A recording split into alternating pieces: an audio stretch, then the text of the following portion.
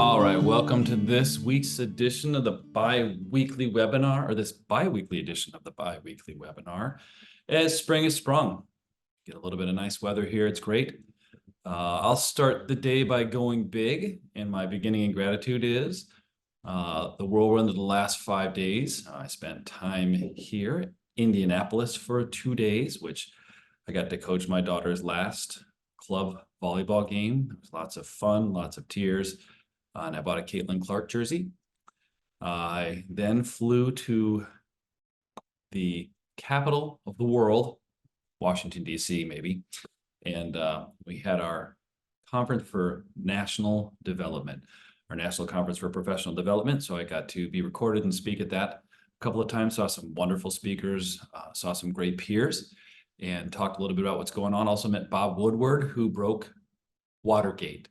Those of you who are old enough to know what Watergate is, it is not a gate that holds water, but it was when things were recorded back in the 1960s and 70s, broke in 1972, 3, 4. And you all know the trials.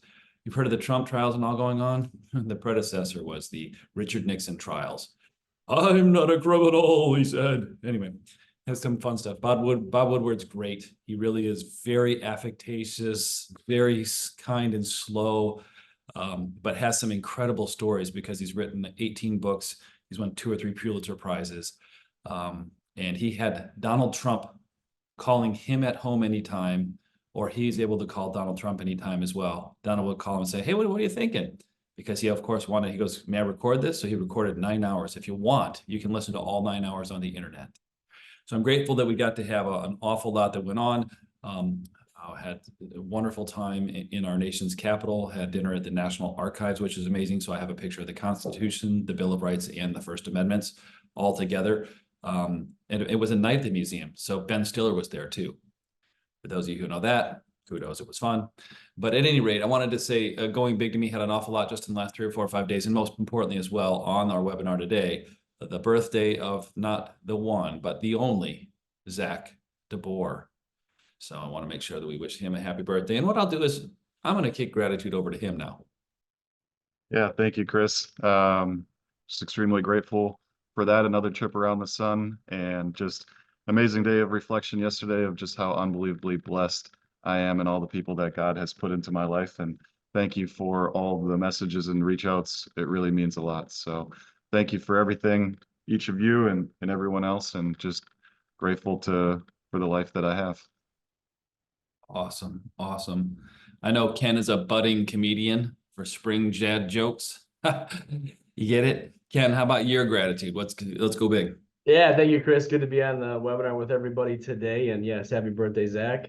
And Chris, thanks for the trip down memory lane on the history there. That was pretty good. I like that. That was good. So my go big is a couple firsts in our family's lives. I ran a 10K with my daughter, Adriana. She's 12. It was her first one.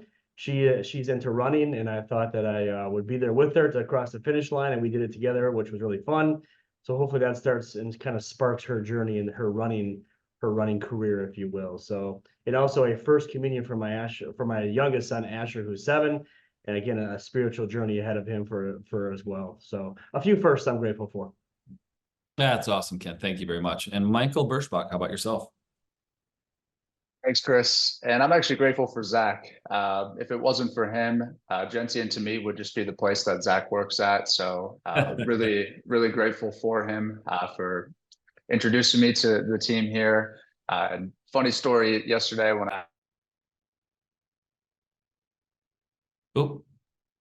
Michael Birschbach. Sorry about that. There you go. Yesterday when I wished him a happy birthday, all he asked for was a Bucks win, and they fortunately gave that to him.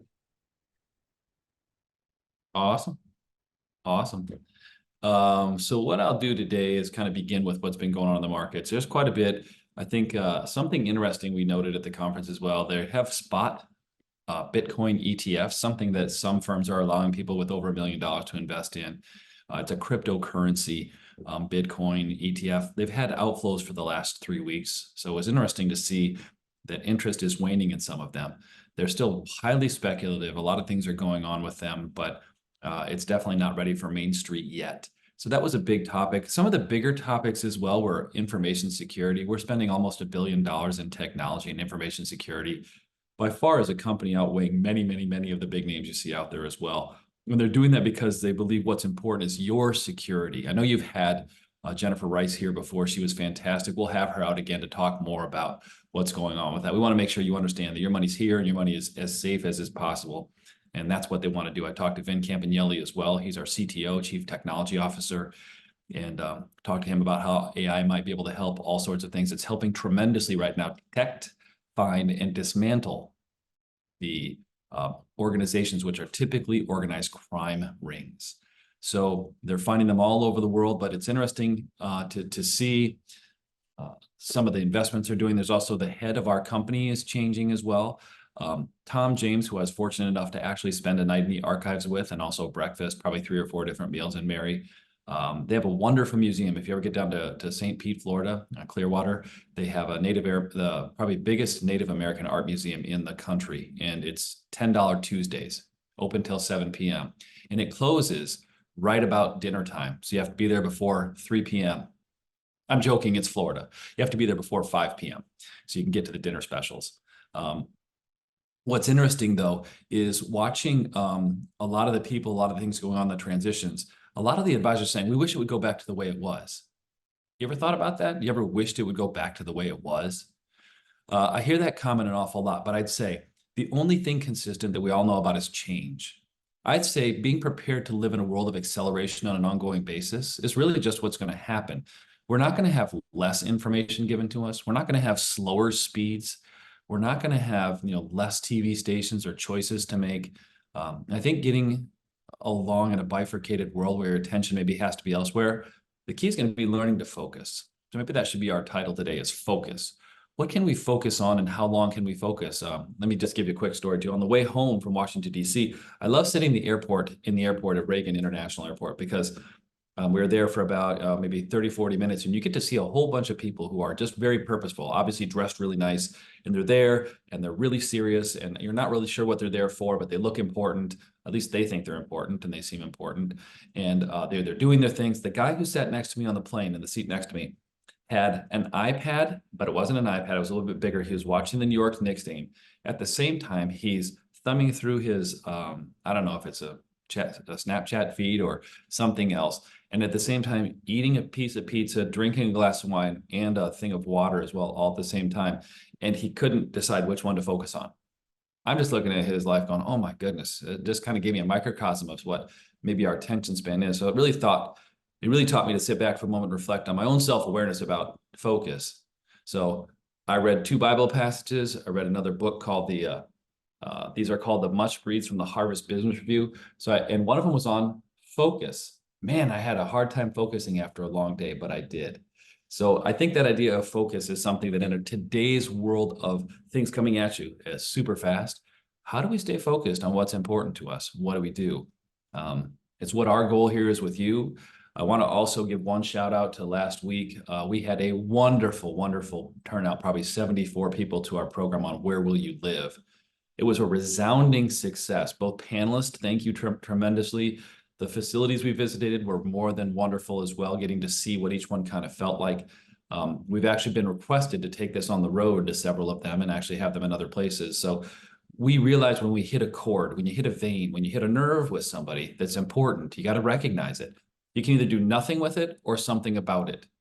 We talked enough to many of you about where will you live. It's a fundamental item. Where will I spend most of my life?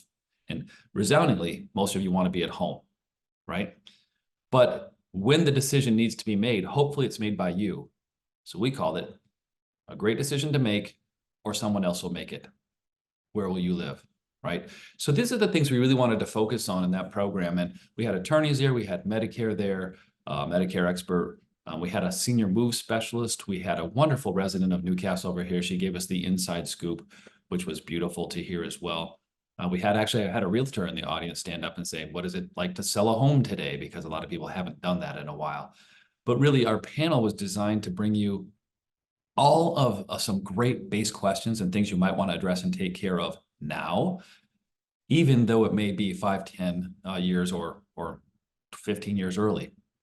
You'll find that in some cases, it might be right around the corner when we might be incapacitated. The one thing we never know. So we appreciate you and hopefully keep feeding us those kind of ideas because these are things we want to provide to you. There'll be some we can't, but if we can provide you some experts that we are not experts in, we'll give you them. And hopefully that's a great resource for you. So we'll put that on again. We were going to do it every 2 years, maybe we'll do it annually, but we're going to see a different cadence as well. You'll see some more topics that go along the lines of how to live and the live it side of the equation. So we're plan it, live it, give it. We've been doing plan it our whole lives. The give it is really interesting at the end of life, but then the live it is everything in between. I call it between the parentheses. You live it from the day you're born until the day we pass on, right? We want to help you focus on living your best life and simplifying it. So I know it's a bit longer lead in than normally, but today I just wanted to go through a couple things that were on my mind as I came back and we're reflecting. I have, for some reason, 32,000 feet is like the ultimate altitude for me to have a great attitude on self-reflection and writing. So that's what happened. So I share that with you now as well. With that, I'm going to go to Mike's. Whoa, wait a minute. Where's Michael Mann? Oh, that's right. He's at the National Conference for the Professional Development. So I have a stand-in Mike. Who's Michael? So we're going to probably bring you over to Michael's Minute. I did change the name today because, you know, in homage to Mike, we said it, but Michael Birschbach, how about you? What's going on that we should pay attention to? Thank you, Chris. Today, I'm actually going to talk a little bit about Social Security, whether you should take early or wait. It's a great question. Everyone's scenario is a little bit different, but for 2024, the cost of living adjustment is 3.2%, a little bit less than 2023. But still, everyone's getting a little bit of a raise that's taking Social Security. Of course, you can take it as early as 62 and as late as age 70. There's about an 8% increase in your benefit for each year that you wait. Waiting longer, of course, gives you that higher benefit. But the risk in doing that is if you run into some health complications or don't necessarily have longevity in your family, you may not get quite the benefit for a very long time. One thing that's commonly unknown is the spousal benefit when you hit full retirement age, and that for those born 1960 and later is age 67. If you're taking a spousal benefit, there's actually no increase after age 67 for that spouse's benefit.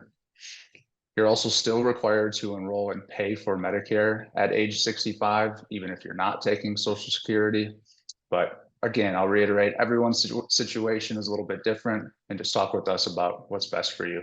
Thanks, Chris. Awesome. Thank you very much as well. I appreciate it. So what I would like to do now is pass the mic. Get it? I get it. I did that. Let's pass the mic on to Zach. Zach, why don't you give us what's important? You can take a few extra minutes today if you like. Oh, wait, I already did that. Sorry.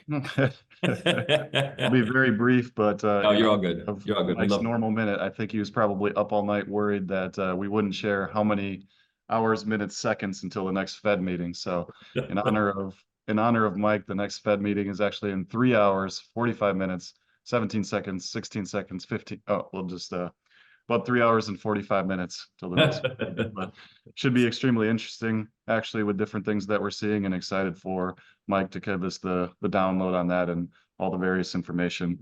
We're hearing that it's fairly obvious to us if we're still going to the grocery store and buying things, it still seems like inflation is there. So be interesting to see what direction and different comments they have from the Fed meeting today. But just going into markets, pretty unchanged from 2 weeks ago as far as the number in just a snapshot in time, but a lot of movement actually over the last 2 weeks. So the Dow Jones, 0.3% positive on the year. The S&P still about 5.5%. The NASDAQ, which is 50% weighted towards technology, is just over 4%. The Russell 2000, which is the smaller size companies, is temporarily down about 3% on the year. And then the two biggest positives over the last 2 weeks was on the international space and also the emerging markets. So international up about 2% and emerging markets actually up 3 to 4. So we had to highlight that because we have to celebrate that when that happens, because we haven't been able to say that for quite a while for emerging markets. But just goes to show, always asset allocation, you never know when those times are going to occur. And then on the fixed income side of things, a little unchanged in the last 2 weeks, but potentially after today, we could see a little bit of adjustments. But the 1-year treasury is just over 5.17. The 5-year is 4.68, and the 10-year is 4.67. So as we looked back on April, April was actually one of the tougher months for the market since September of last year. But remember, it was the best quarter since 2019. So volatility in both directions is both normal and necessary for the long term. So it's extremely interesting to observe all the companies with their earnings. About 50% of the S&P's companies have reported earnings, seen some unbelievably good earnings, seen some miss, but you'll see a lot of volatility in the short term, especially in those high-flying growth companies where they just slightly miss on revenue or reports, and you'll see a 10, 15, 20% temporarily drop, or the other direction as well. So that's why we continue to diversify and rebalance over time as well. With that, Chris, I'll pass it back to you. Awesome. Thank you, Zach. Zach just recently told me that we're headed into the shortest month of the year, May. It's only 3 letters. So Zach, thank you for that information. He always pulls up a different perspective for us, and that's super, super important. And by the way, Ken just told me, he said, hey, Chris, it's a great, great time to buy a trampoline. I said, what do you mean, Ken? He goes, it's spring. Anyway, Ken, why don't you lead us off in some of the ideas we need for planning ahead, like buying a trampoline in spring. Yeah, careful of those trampolines, everybody. They're fun, but they can be dangerous if you spring right off of it, right? So you gotta be on your game when you're on those things, and up your umbrella insurance policy if you have those things. There's a lot that goes in with that. So It can, but an umbrella policy does not help you when it rains, just so you know. Oh, really? Yeah. Oh man, I'm doing it all wrong.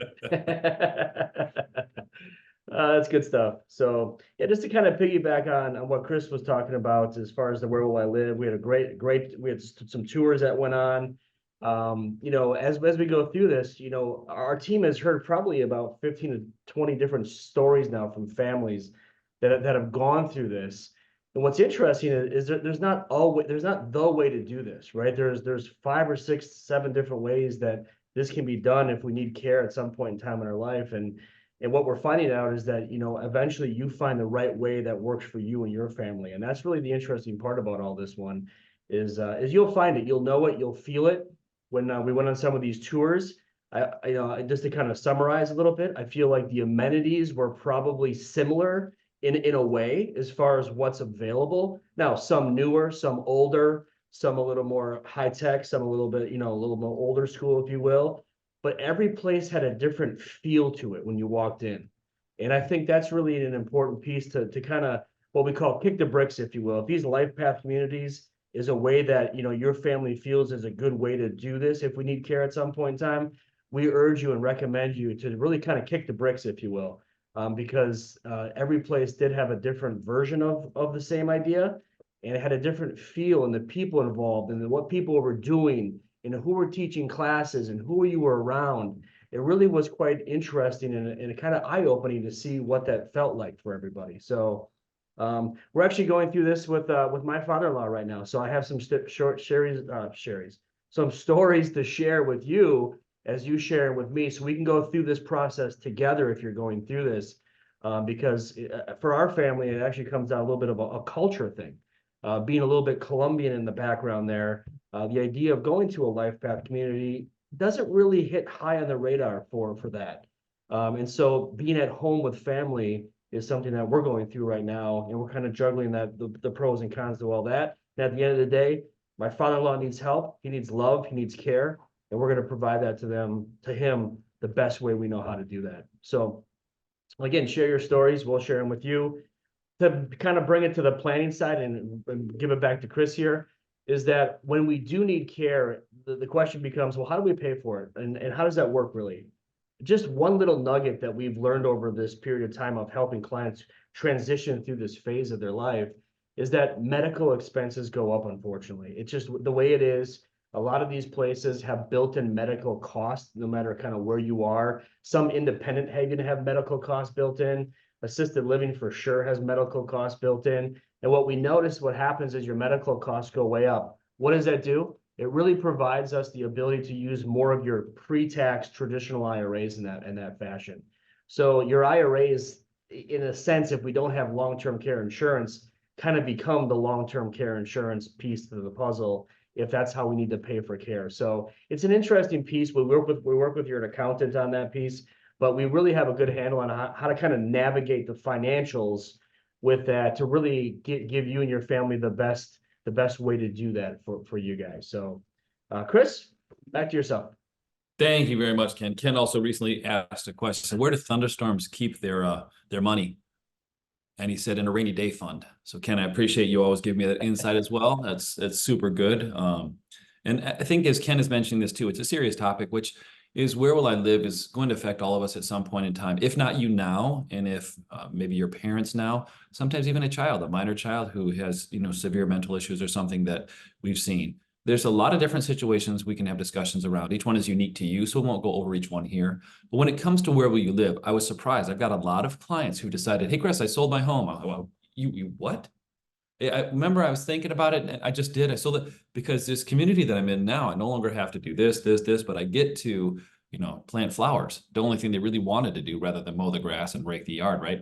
So they've done that and now it allows them freedom to do all the things that they do. But what's important, what's very, very important as you go into retirement or as you approach the next stage of retirement, which is tomorrow for each one of us. All we can do is something today, but always tomorrows are having some sort of an intent or plan. Keeping your identity and having some sort of challenge are very, very important for us to live a fulfilled life. So as we go forward, those are some of the things we find. And in many of these, for instance, we've talked with them. I'm trying to get a Concordia, one of the universities here, to work with one of the, to have classes available for the residents of one of the facilities right next door. And I look in the future, one of the ideas I brought to them, and I think it's a brilliant idea. I go, it is, but I stole it from somebody else, I'm sure, is why do we not have senior living facilities on college campuses combined with kindergarten care? You put those three together and you've got a wonderful mix. People say, well, that could be trouble. I think it also could be community. So as we go through, those are the few things that I wanted to discuss and talk about. Let me do one thing. So this one is for Zach. I just wanted to say this, and I was reading a piece and it really kind of resonated with me. And I literally wrote for Zach, practice will put brains in your muscles. So when you practice puts brains in your muscles. Practice is repetitively doing something. That could be reading, right, for brains. But when you're doing that physical exercise, the number one way to reduce the chance of heart attack and death by heart attack is adding muscle mass at any age. Talking 85, 95, 75, this is what you can do. So they're also finding it may reduce dementia. There's a lot of things it may do, but just that working out, even with some resistance training, I'm not talking the resistance where you disagree with people. I'm talking the resistance where you're actually physically lifting something. Because all of us run into resistance every day, like traffic, or maybe it's your spouse or somebody else. But I mean, the real physical resistance that you do is going to be very, very, very important to you. And I look at what can I do to become a slightly higher performer or buy back more time so that, remember there's two words there, so that I'm able to spend more time with humans, being human, listening and discovering. The book we just went over, How to Know a Person, I've probably told 1,000 people about so far because I was at the Raymond James conference and got to talk in front of a bunch of advisors.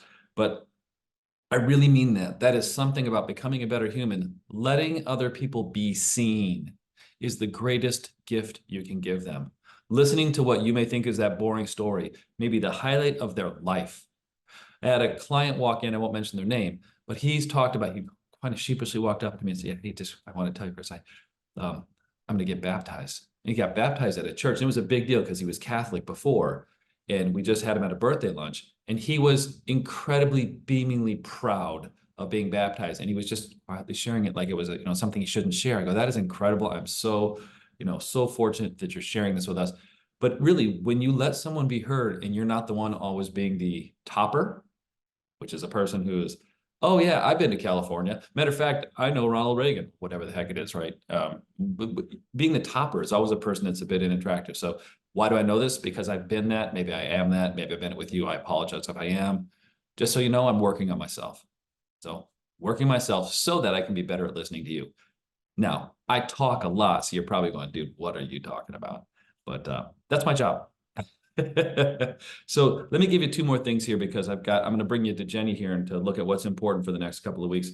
But with Bob Woodward, very, very interesting. Let me give you just a couple of things that came from Bob. So they asked Bob. Bob got a job years and years ago when he's first starting as a journalist back in the 1960s. And he'd said, Bob, and what do you do? Well, he got to, at his school, become the janitor. And the janitor was kind of weird but he had to do other jobs because journalists didn't really get paid much. And he goes, then I found all my friends, and they put they threw these files called the disposed files away. So I picked them up and I read them all. Oh my gosh, I had no idea what my friends were into. On the surface, they looked like this. The disposed files told me what really was happening. He said, so his idea of life was, if you can find people's disposed files, that's real life. You just see the veneer of what they want to present, which is on TV. Really good one.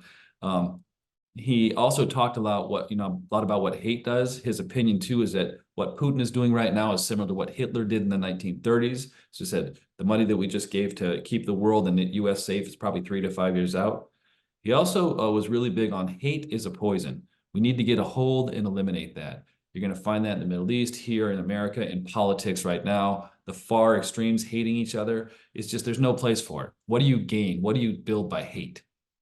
When you tell somebody, oh, I hate, even eliminate the word from your vocabulary. Because the word hate does not have any connotation. Oh, I hate this. Say, well, this isn't my taste. I've really been working hard on that. And it just comes off completely different. And now when I hear somebody say it, it's like a swear word. Hate is a 4-letter word, by the way. Kind of like golf, those other bad words. Anyway, as we go through, another one he said is slow down. Actually, watch the movie All the President's Men.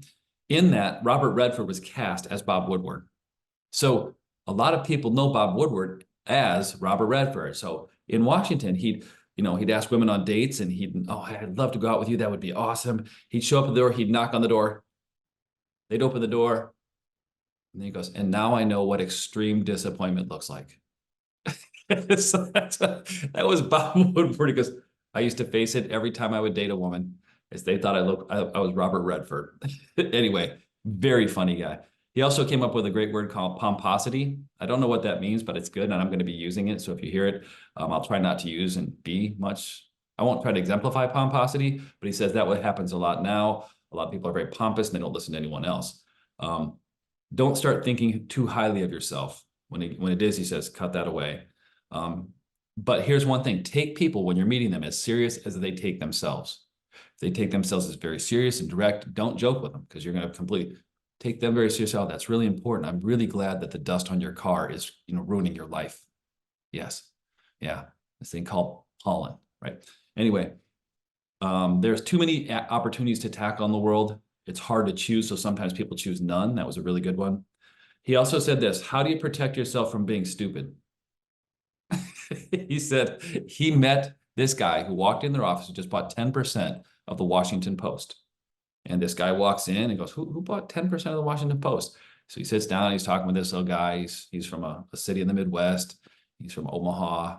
His name is Warren Buffett or something, he says. And at the time, he seemed like a pretty smart guy, but he's talking to him, kind of seemed simple, went to Columbia, had these great credentials, and then asked him, maybe you should invest in my company. And it's Berkshire Hathaway. And he goes, oh, really? Oh, man, that's great. What's the price? It was $90 a share. It presently trades at around $350,000 a share. He goes, that's the art of being stupid. I didn't do anything with it. So really, really good. It's self-advocates this guy, quite funny. But anyway, Bob Woodward is just one of those guys. If you see, he's got a book coming out, I think, about the Trump situation. He's actually working right now with the President Biden. He'll have the same kind of investigation on President Biden. He's agnostic to Republican or Democrat, which is cool to see. But I thought I'd just share some of that with you. Bob Woodward's a great old journalist we all may have heard in the past. With that, though, I want to pass it over to Jenny. Jenny, what do we need to pay attention to over the next few weeks here at Gentian? Yes, I got nervous when you said May was the shortest month, because we actually have crammed a lot in. For sure. Starting with today, kicking off with our biweekly webinar.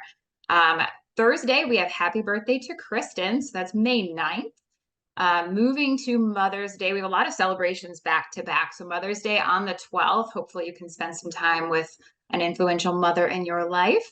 And Ken, you're having a birthday on the 12th. The 15th and 16th, we have our back-to-back forums. So we'll be at Blue Mountain Country Club on the 15th and at the Bridgewood in Appleton on the 16th. On May 20th, we have Health and Wealth, which is a great one. It's on gut health and plastics. which I started reading into, and there's lots of weird ways that we acquire plastics in our system. So definitely dial into that one. May 22nd, we have not only a work anniversary for Lauren, but we have our May birthday lunch. So make sure that you RSVP on our events page if you haven't already and you have a birthday month in May. Memorial Day falling on the 27th, so we will be closed to observe that holiday. We'll join you back on the 29th for another bi-weekly webinar. And ladies and gentian, which is going to be exciting because we're doing an origami workshop, which I've never tried. So we will, if you RSVP for that, we'll send you all of your materials and we'll do a virtual online origami class. So other than that, just forward looking, if you check the events page of the Gentian website, we already have the Gathering on the Green event. That's a Saturday and a Sunday in July. And that is going to be Rise and Shine on Sunday. And then on Saturday, we actually have Beatles versus the Stones. So definitely keep an eye on the Gentian events page on our website. And you'll find ways to RSVP there and then in your bulletin that comes out every Monday. Back to you, Chris. Thank you, Jenny. I appreciate that. My daughter's really tried to get me into an origami class as well. And I was like, no way, no way. I'm not getting into an origami class. Then I folded. Oh, Chris. So How did you do that? But I appreciate you in that one as well. No, thank you, Jenny. I appreciate you. Well played. Bringing what's important to us as well. But that does remind me, it kind of interesting, like, you know, what today is. I was thinking about it. And essentially, what do you call an emergency in the spring? May Day. What is today? Today is May Day. It's the first day of May. So you go around and give people sweets and stuff, right? My daughters used to do that, and people used to do that in our neighborhood, and we couldn't figure out what it was. I guess it was a Russian holiday or a Eastern European holiday where they'd actually do this maypole thing and they'd do this braid around the pole. There's really cool incidents around it. So for those of you who are Eastern European, you can send in your quotes and ideas about what May Day actually is and tell me that I was completely wrong. I'm okay with that. I'm just making up what I've heard of. But the little baskets of candy were cool. My daughters always used to enjoy that. Now at 17 and 15, they have lots of candy, but they're not handing it out to other people. So quite an interesting one. But thank you so much today for your introductions to other people. I wanted to make sure you understand that. We have a wonderful, incredible, thriving, growing practice because you bring your friends. You introduce us to people that you think would be a great fit here. It's a journey we want to be on together. You know, we don't want everyone out there. We want those who might be great to share this journey with, who we might be able to actually help in a significant way. And then also along the way, why does our team keep growing? Because we're helping your children.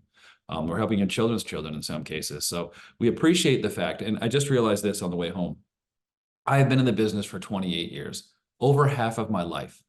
28 years of my life, I've been doing what I've been doing. So I call that, hopefully in some of the high performance conversations I've been reading, practicing for over 10,000 hours is where you begin to be expert. I don't feel like I'm expert. I don't feel like I'm anywhere near done. I'm constantly learning. I probably will until the day I die. But I look at this as a very important part of, hey, listen, I'm committed. This is not a job. This is a vocation. This is a knowledge business. It doesn't have an end. So as we get better and better, I don't work on a line where I build a home and I'm done and you live in it. I work on helping you in your life better what you do on a consistent basis and simplifying it with better and better decisions and choices. So I really wanted to say it was a very serious tone as I looked at that 28 years that I've dedicated to this thing in vocation that I call retirement. And it's just a blessing. It's something I'm meant to do. I was put on this earth to do exactly what I've been doing. So I want to thank you for who you've been introducing, for the fact that you and we together win awards and magazines. It's just a reflection of the community that you guys have helped create, and this team here has helped create as well. So with that, I really wanted to say thank you as I'm standing in front of, you know, a bunch of advisors and my name is being flashed up on screens at this national convention. All I can think of is just, you know, the humility and the humble aspect of how you have helped create this and how you should be up on that screen and that stage. So I just want to thank you. I want to make sure you appreciate it. And I'm always gracious for you and mention you as well when those things occur or when people are honoring us. So with that, I want to thank you from the Galactic headquarters here in Mequon, Wisconsin. And this beautiful spring day, as spring is sprung, and that thing that's falling is pollen.